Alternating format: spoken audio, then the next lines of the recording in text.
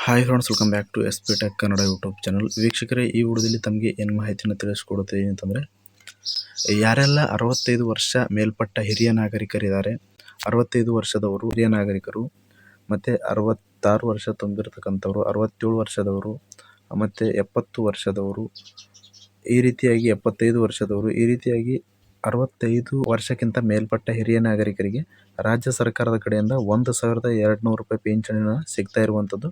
ಈ ಒಂದು ಪಿಂಚಣಿ ಯೋಜನೆಗೆ ಅರ್ಜಿ ಸಲ್ಲಿಸಬೇಕು ಅಂತಂದರೆ ಏನೆಲ್ಲ ದಾಖಲೆಗಳಿರಬೇಕು, ಏನೆಲ್ಲ ಅರ್ಹತೆಗಳಿರಬೇಕು, ಎಲ್ಲಿ ಹೋಗಿ ಅರ್ಜಿನ ಸಲ್ಲಿಸಬೇಕು, ಈ ಒಂದು ಅರ್ಜಿ ಸಲ್ಲಿಸಿದ ಮೇಲೆ ಒಂದು ಪ್ರಕ್ರಿಯೆ ಹೇಗಿರುತ್ತೆ, 1,200 ರೂಪಾಯಿ ಪಿಂಚಣಿನ ಮಾಸಿಕವಾಗಿ ಪಡಿಬೇಕು ಅಂತಂದರೆ ಈ ಒಂದು ಅರ್ಜಿ ಸಲ್ಲಿಸಿದ ಮೇಲೆ ಪ್ರೊಸೆಸ್ ಏನಿರುತ್ತೆ, ನಿಮ್ಮ ಒಂದು ಮನೆಯಲ್ಲಿ ಯಾರಾದರೂ 65 ವರ್ಷ ಮೇಲ್ಪಟ್ಟ ಹಿರಿಯ ನಾಗರಿಕರಿದ್ದಾರೆ ಅಂತಂದರೆ ಈ ಒಂದು ವಿಡಿಯೋನ ಮಿಸ್ ಮಾಡದೆ ಕಡೆ ತನಕ ವಾಚ್ ಮಾಡಿ ವೀಕ್ಷಕರೇ.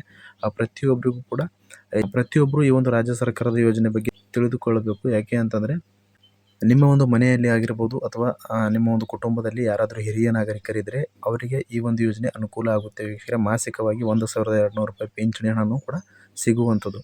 ಹಾಗಾದರೆ ವೀಕ್ಷಕರೇ, ತಡ ಮಾಡದೆ ಈ ಒಂದು ಪಿಂಚಣಿ ಯೋಜನೆ ಬಗ್ಗೆ ತಮಗೆ ಮಾಹಿತಿಯನ್ನು ತಿಳಿಸ್ಕೊಡ್ತಿದ್ದೀನಿ. ಇನ್ನೂ ಯಾರು ವಿಡಿಯೋಗೆ ಲೈಕ್ ಮಾಡಿಲ್ಲ ಅಂತಂದರೆ ವಿಡಿಯೋ ನೋಡುವಂಥ ಪ್ರತಿಯೊಬ್ಬರು ಕೂಡ ತಪ್ಪದೆ ವಿಡಿಯೋಗೆ ಲೈಕ್ ಮಾಡಿ. ವಿಡಿಯೋಗೆ ಲೈಕ್ ಮಾಡಿದ ತಕ್ಷಣ ಹೈಪನ್ನ ಆಪ್ಷನ್ ಕೂಡ ಬರುತ್ತೆ, ಅದನ್ನು ಕೂಡ ಕ್ಲಿಕ್ ಮಾಡಿ. ಮತ್ತು ಇನ್ನೂ ಯಾರು ನಮ್ಮದು ಯೂಟ್ಯೂಬ್ ಚಾನಲ್ನ ಸಬ್ಸ್ಕ್ರೈಬ್ ಆಗಿಲ್ಲ ಅಥವಾ ಹೊಸದಾಗಿ ಯಾರಾದರೂ ನಮ್ಮದು ಯೂಟ್ಯೂಬ್ ಚಾನಲ್ನ ನೋಡ್ತಾ ಇದ್ರಿ ಅಂತಂದರೆ ಈ ರೀತಿಯಾಗಿ ಸಬ್ಸ್ಕ್ರೈಬ್ ಅನ್ನೋ ಆಪ್ಷನ್ ಇರುತ್ತೆ, ಅಲ್ಲಿ ಸ್ಕ್ರೀನ್ ಮೇಲೆ ನೋಡ್ಕೊಳ್ಬೋದು. ಸಬ್ಸ್ಕ್ರೈಬ್ ಆಪ್ಷನ್ ಮೇಲೆ ಕ್ಲಿಕ್ ಮಾಡಿ. ಸಬ್ಸ್ಕ್ರೈಬ್ ಆಪ್ಷನ್ ಮೇಲೆ ಕ್ಲಿಕ್ ಮಾಡಿದ ನಂತರ ಮತ್ತೆ ಒಂದು ಸರಿ ಸಬ್ಸ್ಕ್ರೈಬ್ ಆಪ್ಷನ್ ಮೇಲೆ ಕ್ಲಿಕ್ ಮಾಡಿ ಅಲ್ಲಿ ಆಲ್ ಅನ್ನೋ ಆಪ್ಷನ್ನ ಸೆಲೆಕ್ಟ್ ಮಾಡ್ಕೊಳ್ಳಿ. ಈ ರೀತಿ ಮಾಡೋದ್ರಿಂದ ಮುಂದೆ ನಾವು ಯಾವುದೇ ರೀತಿಯಾಗಿರ್ತಕ್ಕಂಥ ಹೊಸ ಮಾಹಿತಿಗಳು, ಹೊಸ ವೀಡಿಯೋಗಳು, ಸಾರ್ವಜನಿಕರಿಗೆ ಉಪಯುಕ್ತವಾಗುವಂಥ ಮಾಹಿತಿಗಳು ನಮ್ಮ ಒಂದು ಯೂಟ್ಯೂಬ್ ಚಾನಲ್ ಮೇಲೆ ಅಪ್ಲೋಡ್ ಮಾಡಿದರೆ ನಿಮಗೆ ಮೊದಲಿಗೆ ನೋಟಿಫಿಕೇಶನ್ ಬರುತ್ತೆ. ನೋಟಿಫಿಕೇಶನ್ ಕ್ಲಿಕ್ ಮಾಡೋ ಮುಖಾಂತರವಾಗಿ ಹೊಸ ವೀಡಿಯೋಗಳ ನೋಟಿಫಿಕೇಶನ್ ಮೊದಲನೇದಾಗಿ ಪಡೆದುಕೊಳ್ಳಬಹುದು ಅಂತ ಹೇಳ್ತಾ, ಬನ್ನಿ ವೀಕ್ಷಕರೇ, ಪ್ರತಿ ತಿಂಗಳು ಕೂಡ 65 ವರ್ಷ ಮೇಲ್ಪಟ್ಟ ಹಿರಿಯ ನಾಗರಿಕರು 1,200 ರೂಪಾಯಿ ಪಿಂಚಣಿನ ಪಡಿಬೇಕು ಅಂತಂದರೆ ಏನೆಲ್ಲ ಮಾಡಬೇಕು ಅಂತ ಈ ವಿಡಿಯೋದಲ್ಲಿ ತಿಳಿಸ್ಕೊಡ್ತಾ ಇದ್ದೀನಿ. ಬನ್ನಿ ವಿಡಿಯೋನ ಶುರು ಮಾಡೋಣ. ವೀಕ್ಷಕರೇ, ರಾಜ್ಯ ಸರ್ಕಾರದ ಸಾಮಾಜಿಕ ಭದ್ರತಾ ಪಿಂಚಣಿ ಯೋಜನೆಗಳಲ್ಲಿ ಒಂದಾಗಿರ್ತಕ್ಕಂಥ ಸಂಧ್ಯಾ ಸುರಕ್ಷೆ ಯೋಜನೆಯಲ್ಲಿ 65 ವರ್ಷ ಮೇಲ್ಪಟ್ಟ ಹಿರಿಯ ನಾಗರಿಕರಿಗೆ 1,200 ರೂಪಾಯಿ ಪಿಂಚಣಿನ ಮಾಸಿಕವಾಗಿ ಸರ್ಕಾರದ ಕಡೆಯಿಂದ ಕೊಡ್ತಾ ಇರುವಂಥದ್ದು ವೀಕ್ಷಕರೇ. ಈ ಒಂದು ಯೋಜನೆ ಯಾರಿಗೆಲ್ಲ ಕೊಡ್ತಾ ಇದ್ದಾರೆ ಅಂತಂದರೆ 65 ವರ್ಷದ ಅಥವಾ ಮೇಲ್ಪಟ್ಟ ವಯಸ್ಸಿನ ಹಿರಿಯ ಜೀವಗಳನ್ನು ಆರ್ಥಿಕ ಸಂಕಷ್ಟದಿಂದ ಪಾರು ಮಾಡುವ ದಿಸೆಯಿಂದ ಸಂಧ್ಯಾ ಸುರಕ್ಷೆ ಯೋಜನೆಯನ್ನು ದಿನಾಂಕ 2/7/2007 ಮಹಾಶಾಸನವನ್ನು ಪ್ರಾರಂಭಿಸಲಾಗಿದೆ. 2007ರಿಂದ ರಾಜ್ಯ ಸರ್ಕಾರದ ವತಿಯಿಂದ ಸಂಧ್ಯಾ ಸುರಕ್ಷೆ ಯೋಜನೆಯ ಅಡಿಯಲ್ಲಿ 1,200 ರೂಪಾಯಿ ಪಿಂಚಣಿಯನ್ನು ಅರ್ಹ ಪಿಂಚಣಿದಾರರಿಗೆ ಅಂದರೆ 65 ವರ್ಷದ ಮೇಲ್ಪಟ್ಟ ಹಿರಿಯ ಅರ್ಹ ನಾಗರಿಕರಿಗೆ ಈ ಒಂದು ಯೋಜನೆ ಸಿಗ್ತಾ ಇರುವಂಥದ್ದು ವೀಕ್ಷಕರೇ. ಹಾಗಾದರೆ ವೀಕ್ಷಕರೇ, ಈ ಒಂದು ಯೋಜನೆಗೆ ಅರ್ಜಿ ಸಲ್ಲಿಸಬೇಕು ಅಂತಂದರೆ ಯಾರೆಲ್ಲ ಫಲಾನುಭವಿಗಳು ಅರ್ಹರಾಗಿದ್ದಾರೆ ಅಂತ ನೋಡೋದಾದರೆ, ಸಣ್ಣ ರೈತರು, ಅತಿ ಸಣ್ಣ ರೈತರು, ಕೃಷಿ ಕಾರ್ಮಿಕರು, ನೇಕಾರರು, ಮೀನುಗಾರರು, ಈ ರೀತಿಯಾಗಿ ಅನೇಕ ಒಂದು ಕೆಲಸ ಮಾಡ್ತಕ್ಕಂಥ ಫಲಾನುಭವಿಗಳು ಕೂಡ ಅರ್ಹರಾಗಿದ್ದಾರೆ ವೀಕ್ಷಕರೇ. ಆದರೆ ಅಸಂಘಟಿತ ವಲಯದ ಕಾರ್ಮಿಕರು, ಆದರೆ ಇದು building and other construction workers regulation of employment and condition of services act 1996 ಅಡಿಯಲ್ಲಿ ಬರುವ ವ್ಯಕ್ತಿಗಳಿಗೆ ಅನ್ವಯಿಸುವುದಿಲ್ಲ ಮತ್ತು ಅದರ ಅಡಿ ಮಹಾಶಾಸನ ಪಡೆಯುವವರು ಈ ಯೋಜನೆಗೆ ಅರ್ಹರಾಗುವುದಿಲ್ಲ. ಅಂದರೆ ಸರ್ಕಾರದ ಕಡೆಯಿಂದ ಅಸಂಘಟಿತ ವಲಯದ ಕಾರ್ಮಿಕರು ಯಾರಿದ್ದಾರೆ ಪಿಂಚಣಿ ಹಣವನ್ನು ಪಡಿತಾ ಇದ್ರು ಅಂತಂದರೆ ಅಂಥವರು ಈ ಒಂದು ಯೋಜನೆಗೆ ಅರ್ಹರಾಗಿರುವುದಿಲ್ಲ ಅಂತ ತಿಳಿಸ್ಕೊಟ್ಟಿದ್ದಾರೆ ವೀಕ್ಷಕರು. ನೋಡ್ಕೊಬೋದು ಇಲ್ಲಿ ಅರ್ಹತಾ ಮಾನದಂಡ ನೋಡ್ಕೊಬೋದು. ಏನೆಲ್ಲ ಅರ್ಹತೆಗಳಿರಬೇಕು ಈ ಒಂದು ಸಂಧ್ಯಾ ಸುರಕ್ಷೆ ಯೋಜನೆಗೆ ಅರ್ಜಿನ ಸಲ್ಲಿಸಬೇಕು ಅಂತಂದರೆ, ಮೊದಲನೇದಾಗಿ ಪತಿ ಪತ್ನಿಯ ಸಂಯೋಜನ ವಾರ್ಷಿಕ ಆದಾಯ 32,000ಕ್ಕಿಂತ ಹೆಚ್ಚಿಗೆ ಇರಕೂಡದು ಅಂತ ತಿಳಿಸ್ಕೊಟ್ಟಿದ್ದಾರೆ. ಈ ಯೋಜನೆಗೆ ಅರ್ಜಿ ಸಲ್ಲಿಸಿ ನೀವು ಪಿಂಚಣಿಯನ್ನು ಪಡಿಬೇಕು ಅಂತಂದರೆ ನಿಮ್ಮ ಒಂದು ವಾರ್ಷಿಕ ಆದಾಯ 32,000ಕ್ಕಿಂತ ಕಡಿಮೆ ಇರಬೇಕು ಅಂತ ತಿಳಿಸ್ಕೊಟ್ಟಿದ್ದಾರೆ. ಎರಡನೇದಾಗಿ ಫಲಾನುಭವಿಗಳ ಪತಿ ಅಥವಾ ಪತ್ನಿಯ ಸಂಯೋಜಿತ ಠೇವಣಿ ಮೌಲ್ಯ 10,000ಕ್ಕಿಂತ ಹೆಚ್ಚಿಗೆ ಇರಬಾರ್ದು ಅಂತ ತಿಳಿಸ್ಕೊಟ್ಟಿದ್ದಾರೆ ಬ್ಯಾಂಕ್ ಅಕೌಂಟಲ್ಲಿ. ನಂತರ ಮೂರನೇ ಅರ್ಹತೆ ನೋಡೋದಾದರೆ ಯಾವುದೇ ರೀತಿಯ ಪಿಂಚಣಿಯನ್ನು ಸಾರ್ವಜನಿಕ ಖಾಸಗಿ ಮೂಲದಿಂದ ಪಡೆಯುತ್ತಿರಬಾರದು. ನೀವು ಸಾರ್ವಜನಿಕವಾಗಿ ಅಂತಂದರೆ ಸರ್ಕಾರದ ಯಾವುದೇ ರೀತಿಯಾಗಿರ್ತಕ್ಕಂಥ ಪಿಂಚಣಿನ ಪಡಿತಾ ಇರಬಾರದು. ಮತ್ತು ಖಾಸಗಿ ಯಾವುದೇ ರೀತಿಯಾಗಿರ್ತಕ್ಕಂಥ ಪಿಂಚಣಿಗಳು ಕೂಡ ನೀವು ಪಡಿತಾ ಇರಬಾರದು ಅಂತ ಇಲ್ಲಿ ಮೂರನೇ ಅರ್ಹತೆಯನ್ನು ಕೊಟ್ಟಿದ್ದಾರೆ. ನಾಲ್ಕನೇ ಅರ್ಹತೆ ನೋಡೋದಾದರೆ ಫಲಾನುಭವಿಗಳು ಗಂಡು ಮಕ್ಕಳು ಇದ್ದರೂ ಸಹ ಇವರುಗಳು ಫಲಾನುಭವಿಗಳನ್ನು ಪೋಷಿಸದೇ ಇದ್ದಲ್ಲಿ ಈ ಯೋಜನೆಯಡಿ ಮಹಾಶಾಸನಕ್ಕೆ ಅರ್ಹರಾಗಿರುತ್ತಾರೆ. ಯಾರು ಯೋಜನೆಗೆ ಅರ್ಜಿನ ಸಲ್ಲಿಸ್ತಾ ಇರ್ತಾರೆ ಅಂಥವರಿಗೆ ಇಬ್ಬರು ಗಂಡು ಮಕ್ಕಳು ಇದ್ದರು ಅಂತಂದರೆ ಅವರನ್ನು ಪೋಷಣೆ ಮಾಡ್ತಾ ಇಲ್ಲ ಅಂತಂದರೆ ಅಂಥವರು ಈ ಒಂದು ಯೋಜನೆಗೆ ಅರ್ಹರಾಗಿರುತ್ತಾರೆ ವಿಷಯ.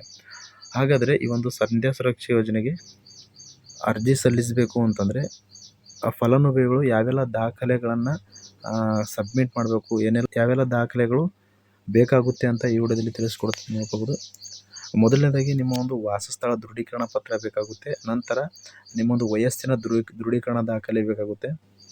ಅದಾದ ನಂತರ ಬ್ಯಾಂಕಿನ ವಿವರಗಳು ಬೇಕಾಗುವಂಥದ್ದು. ಅದಾದ ನಂತರ ಆಧಾರ್ ಕಾರ್ಡ್ ಬೇಕಾಗುತ್ತೆ. ಮತ್ತು ನಿಮ್ಮೊಂದು ಪಡಿತರ ಚೀಟಿ ಸಂಖ್ಯೆ ಬೇಕಾಗುತ್ತೆ. ಮತ್ತು ನಿಮ್ಮೊಂದು ಆದಾಯ ಪ್ರಮಾಣ ಪತ್ರ ಬೇಕಾಗುತ್ತೆ. ನಿಮ್ಮೊಂದು ವೋಟರ್ ID ಕಾರ್ಡ್ ಕೂಡ ಬೇಕಾಗುವಂಥದ್ದು ವೀಕ್ಷಕರೇ. ಮತ್ತು ನಿಮ್ಮೊಂದು ಪಾಸ್ಪೋರ್ಟ್ ಸೈಜ್ ಫೋಟೋ ಕೂಡ ಬೇಕಾಗುವಂಥದ್ದು.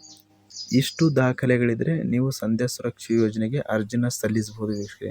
ಅರ್ಜಿ ಸಲ್ಲಿಸಿದ ಮೇಲೆ ಯಾವ ರೀತಿ ಪ್ರಕ್ರಿಯೆ ಇರುತ್ತೆ, ಈ ಒಂದು ಸಂಧ್ಯಾ ಸುರಕ್ಷಾ ಯೋಜನೆಯಲ್ಲಿ ಎಷ್ಟು ನಿಮಗೆ ಪಿಂಚಣಿ ಮಾಸಿಕವಾಗಿ ಸಿಗುತ್ತೆ ಅನ್ನೋದನ್ನು ನೋಡೋದಾದರೆ 1200 ರೂಪಾಯಿ ಮಾಸಿಕವಾಗಿ ನಿಮಗೆ ಪಿಂಚಣಿಯನ್ನು ಸಿಗುವಂಥದ್ದು ವೀಕ್ಷಕರೇ. ಹಾಗಾದರೆ ವೀಕ್ಷಕರೇ, ಒಂದು ಸಂಧ್ಯಾ ಸುರಕ್ಷಾ ಯೋಜನೆಗೆ ಅರ್ಜಿ ಸಲ್ಲಿಸಬೇಕು ಅಂತಂದರೆ ಎಲ್ಲಿ ಹೋಗಿ ಅರ್ಜಿನ ಸಲ್ಲಿಸಬೇಕು ಅಂತಂದರೆ ನಿಮ್ಮ ಹತ್ತಿರದ ಗ್ರಾಮ 1, ಕರ್ನಾಟಕ 1 ಮತ್ತು ಬೆಂಗಳೂರು 1 ಸೇವಾ ಕೇಂದ್ರಗಳಿಗೆ, CSC ಕೇಂದ್ರಗಳಿಗೆ, ಆನ್ಲೈನ್ ಸೆಂಟರ್ಗಳಲ್ಲಿ ಹೋಗಿ ನೀವು ಅರ್ಜಿನ ಸಲ್ಲಿಸ್ಬೋದು. ನೀವು ಮೊಬೈಲಲ್ಲಿಯೂ ಕೂಡ ಅರ್ಜಿನ ಸಲ್ಲಿಸ್ಬೋದು.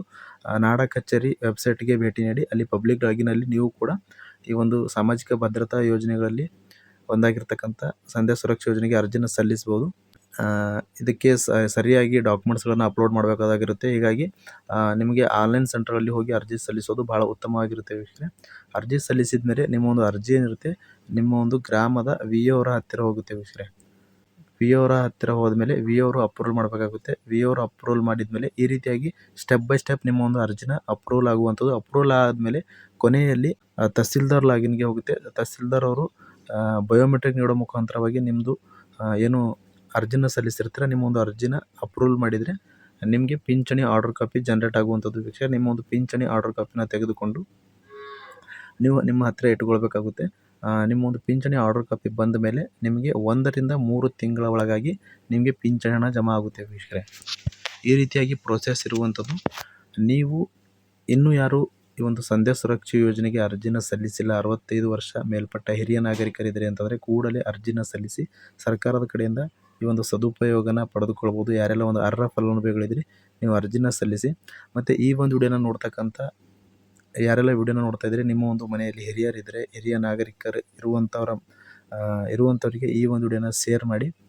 ಅವರು ಕೂಡ ಈ ಒಂದು ಸರ್ಕಾರದ ಸೌಲಭ್ಯನ ಪಡೀಲಿ ಅಂತ ಹೇಳ್ತಾ, ಎಷ್ಟು ಪಿಂಚಣಿಗೆ ಸಂಬಂಧಪಟ್ಟಂತೆ ಕೆಲವೊಬ್ಬರು ಕಮೆಂಟ್ಗಳನ್ನು ಮಾಡಿದರು ಸಂಧ್ಯಾ ಸುರಕ್ಷಾ ಯೋಜನೆ ಬಗ್ಗೆ ಮಾಹಿತಿನ ತಿಳಿಸ್ಕೊಡಿ ಅಂತ. ಅದಕ್ಕೋಸ್ಕರ ಈ ವಿಡಿಯೋದಲ್ಲಿ ತಮಗೆ ಕಂಪ್ಲೀಟಾಗಿ ಮಾಹಿತಿನ ತಿಳಿಸ್ಕೊಟ್ಟಿದ್ದೀನಿ. ಸಂಧ್ಯಾ ಸುರಕ್ಷಾ ಯೋಜನೆಗೆ ಸಂಬಂಧಪಟ್ಟಂತೆ ಏನಾದರೂ ಡೌಟ್ಸ್ ಇದ್ದರೂ ಕೂಡ ಕಮೆಂಟ್ ಬಾಕ್ಸಲ್ಲಿ ಕಮೆಂಟ್ ಮಾಡಿ. ಅಂತಹ ಕಮೆಂಟ್ಗಳನ್ನು ಆದಷ್ಟು ರಿಪ್ಲೈ ಮಾಡೋದಕ್ಕೆ ಪ್ರಯತ್ನ ಮಾಡ್ತೀನಿ ಅಂತ ಹೇಳ್ತಾ, ಫ್ರಮ್ ಬಿಗಿನಿಂಗಿಂದ ಎಂಡ್ವರೆಗೂ ಈ ಒಂದು ವಿಡಿಯೋನ ಮಿಸ್ ಮಾಡದೆ ಕಡೆ ತನಕ ವಾಚ್ ಮಾಡಿದಂಥ ಪ್ರತಿಯೊಬ್ಬರಿಗೂ ಕೂಡ ಹೃದಯಪೂರ್ವಕ ಧನ್ಯವಾದಗಳು ಸ್ನೇಹಿತರೆ. ಮತ್ತೆ ಇದೇ ರೀತಿಯಾಗಿರ್ತಕ್ಕಂಥ ಮಾಹಿತಿಯೊಂದಿಗೆ ಭೇಟಿಯಾಗ್ತಿರೋಣ. ಅಲ್ಲಿವರೆಗೂ ನಮಸ್ಕಾರ.